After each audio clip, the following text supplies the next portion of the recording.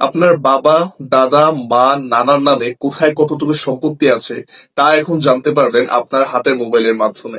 তো কিভাবে জানবেন, চলুন ভিডিও শুরু করি। দেরি না করে সরাসরি আমরা মোবাইল স্ক্রিনে চলে যাই। কিভাবে আপনি জানতে পারবেন আপনার বাবা, দাদা, মা, নানার জমি আছে কিনা। ভিডিওটি পুরো মনোযোগ সহকারে দেখবেন এবং ভালো লাগলে ভিডিওটি শেয়ার করে দিবেন অন্যদেরকে জানার জন্য। তো দেরি না করে চলুন শুরু করা যাক। মোবাইল হাতে নেওয়ার পর আমাদেরকে চলে যেতে হবে গুগল ব্রাউজারে এবং গুগল ব্রাউজারে লিখতে হবে ePorcha.gov.bd। লেখার পর আমরা সার্চ দেওয়ার পর এইভাবে একটি ইন্টারফেস চলে আসবে, স্মার্ট ভূমি সেবা। এখানে নিচে আসার পর সার্ভে খতিয়ান অনুসন্ধান লেখা আছে দেখেন।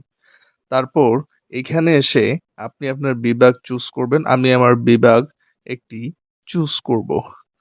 আমার বিভাগ দিলাম রাজশাহী, তারপর জেলা দিলাম বগুড়া, তারপর উপজেলা সিলেক্ট করলাম গাবতলী। এখন খতিয়ানের ধরন দিতে হবে। খতিয়ানের ধরন এসে দিলাম, মৌজা সিলেক্ট করলাম মিরপুর। তারপর এইখানে দেখেন খতিয়ানের এই মৌজাতে যতগুলো খতিয়ান আছে সেগুলোর নাম চলে এসেছে।